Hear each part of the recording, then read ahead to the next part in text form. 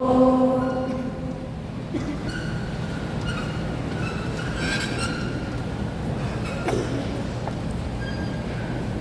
irmãos, amadas irmãs, estamos celebrando no dia de hoje a padroeira do Brasil. Estamos celebrando no dia de hoje Nossa Senhora da Conceição Aparecida. Muitas pessoas confundem o título chamando somente de Nossa Senhora Aparecida, mas na verdade o título da padroeira do Brasil é Nossa Senhora da Conceição Aparecida. Por quê? Porque foi uma imagem de Nossa Senhora da Conceição que foi achada pelos pescadores em duas partes, corpo e cabeça. E a partir dali, no Rio Paraíba, fizeram uma experiência, os povos, as pequenas pessoas, o pequeno grupo que morava ali em volta, de fazer sua veneração à imagem e começar a acontecer milagres, e aumentando aquele pequeno povoado, e crescendo, e se tornando hoje uma cidade, a cidade de Aparecida, como a gente conhece. A cidade de Aparecida é o lugar que nós podemos dizer, o centro maior de nossa fé católica, mariana, no Brasil, com a devoção a Nossa Senhora da Conceição Aparecida, como disse antes, padroeira do nosso país. Hoje também celebramos o Dia das Crianças. É um dia em que precisamos refletir e pensar sobre as nossas crianças e sobre o futuro da nossa cidade, do nosso estado, do nosso país, do nosso mundo, e de como precisamos de fato investir nosso tempo, nosso pensamento, nossa oração, nosso acompanhamento nas crianças que hoje precisam aprender. E o quanto precisamos protegê-las de diversos perigos e males que esse mundo afora tem oferecido de diversas maneiras, tanto mais sutis quanto mais agressivas, tanto por meio da internet como, infelizmente, por meio pessoal em diversos lugares.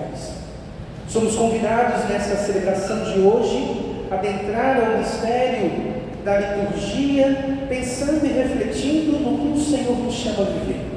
A rainha Esther está ali diante do rei e encontra graça diante dele.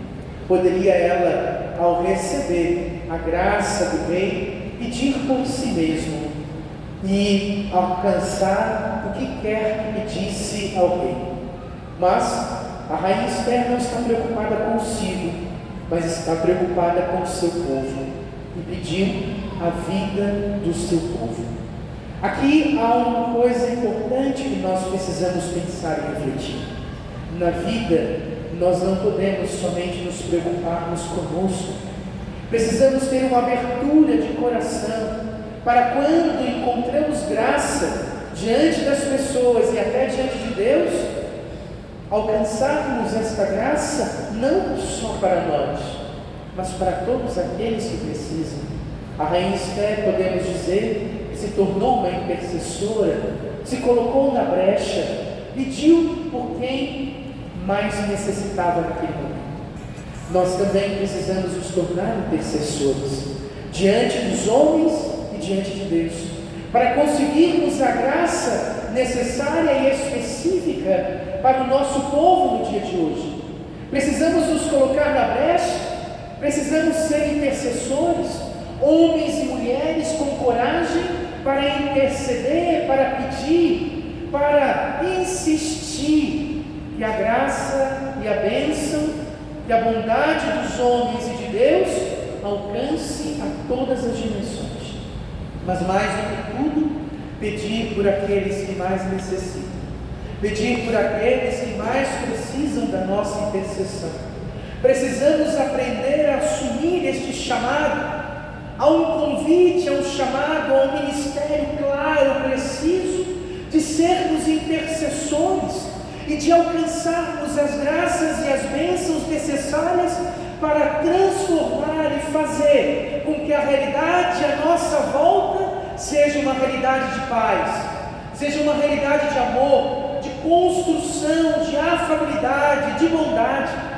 Todos nós, enquanto cristãos católicos, que experimentamos o amor de Deus em nossa vida, que sentimos a presença desse Deus que é amor, precisamos assumir esse chamado de sermos intercessores nas inúmeras dimensões da vida e proclamarmos a bondade de Deus para conseguirmos a bênção e a graça necessária, repito, para o povo que clama, pede e necessita desta bênção e desta graça. Olhando para a Rainha Esther, possamos nós também entendermos o quanto precisamos trabalhar, o quanto precisamos evoluir, fazer acontecer em meio a tantas situações, a graça de ter uma vida melhor para todos nós. Há muitas situações que em diversos momentos podem parecer nos desanimar e entristecer. Há muitas situações que somos surpreendidos ao longo de nossa história que podem querer fazer-nos sucumbir. Há um veneno da serpente sendo lançado não só contra a mulher, não só contra a igreja, mas contra cada um de nós, em diversas dimensões diferentes, de diversas formas diferentes. Mas nada deve atrapalhar a nossa vida, nada deve atrapalhar a nossa alegria, a nossa paz, nada deve atrapalhar o nosso discernimento, a nossa sabedoria, a nossa coragem, a nossa força em continuar caminhando e seguindo aquilo que é o chamado de Deus para a nossa vida, sermos transformadores da nossa realidade e da realidade que está à nossa volta. Nada pode atrapalhar a nossa fé, a nossa coragem em assumir o que de fato fomos ensinados e tornar presente em nossa vida aquilo que é fundamental e essencial: a hombridade, a humanidade, o respeito e a alegria de viver de maneira plena o que Deus nos chama a viver. Temos que ter uma certeza em meio às dificuldades da vida: não nos faltará o melhor vinho, não nos faltará a intercessão daquela que encontrou graça diante de Deus, mas também não nos faltará o milagre que for necessário, não nos faltará o vinho necessário para a nossa vida, para a nossa história, não nos faltará aquilo que for necessário para cumprirmos a nossa missão enquanto seres humanos, enquanto homens e mulheres marcados pelo poder e pelo amor de Deus, separados e segregados pela misericórdia do Altíssimo. Ele sempre olhará com a misericórdia para nós. Mas hoje precisamos dizer que neste caminho que é o Senhor Jesus Cristo, aonde uma das setas, a principal de todas, é a bem-aventurada Virgem Maria, ela nos foi dada como mãe, nossa intercessora e amiga, não cansa de pedir por cada um de nós. Ela não é salvadora, ela não é aquela que faz o milagre, ela não é aquela que cura, ela não é aquela que faz o portento, ela não é aquela que faz o extraordinário, mas é aquela que no ordinário, todos os dias, pede ao Senhor Jesus Cristo o milagre que nós precisamos, a graça que nós precisamos, a manifestação do amor de Deus que nós mais necessitamos. Ela é aquela seta que na estrada de Cristo nos mostra os lugares onde deveremos parar, as lombadas que tem na frente, as curvas acentuadas à direita e à esquerda no meio do caminho. É ela quem vai dizer para o filho todos os dias: meu filho, eles não têm o vinho que necessitam, meu filho, eles precisam deste milagre e desta graça. É ela que vai interceder junto ao Filho para que a graça aconteça em nossa vida, mas também vai nos falar algo fundamental. Assim como falou àqueles que estavam ali servindo vinho, ela fala hoje com cada um de nós: façam tudo o que Ele disser, façam tudo o que Ele ensinar, façam tudo o que Ele pedir. Queridos irmãos e irmãs, nas diversas dimensões da nossa vida, precisamos aprender a fazer a vontade de Deus. Precisamos aprender a fazer o que Deus nos chama a fazer. Precisamos ter uma perfeita intimidade com Deus. Alguém que experimentou e sentiu a presença de Deus. alguém que sentiu e experimentou o amor de Deus, precisa ter a sua vida transformada, precisa ter a sua vida modificada, precisa passar pela alegria de ser de Deus e de fato em todos os lugares que está, brilhar esta luz, iluminar esta luz de Deus, transformadora de todas as coisas. Nós precisamos ser de fato um sinal de Deus no meio da terra, nas diversas dimensões em que somos chamados a viver. Precisamos iluminar um mundo muitas vezes escurecido, precisamos iluminar aquilo que muitas vezes está obscuro, precisamos de fato ser sal da terra e luz do mundo, e não há melhor maneira de fazer isso do que entender, marcar, selar no coração e na mente uma certeza, a certeza de viver e fazer da nossa vida um reflexo amoroso de Cristo. Tudo pode ser transformado pela força da oração. Para aqueles que estão em Deus, o impossível se torna uma realidade.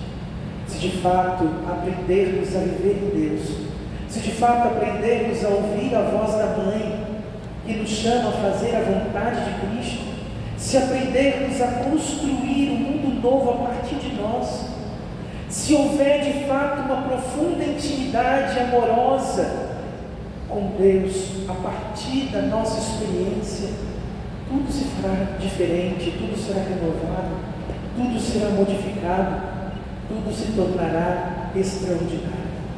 Eu quero lhe dizer no dia de hoje que aquilo que parece impossível para você já pode se tornar uma realidade, se de fato você ouvir a voz de Deus, se de fato você deixar a sua vida ser transformada por esse Deus que é amor, que é misericórdia, que é compaixão, esse Deus que transformou a vida de tantas pessoas. Às vezes na vida nós damos oportunidade para tantas pessoas, algumas se esquecem que existimos, outras já nem podemos mais citar o nome, que talvez nem lembremos, outras passaram nossa vida e não continuaram, outras valeu a pena darmos uma chance.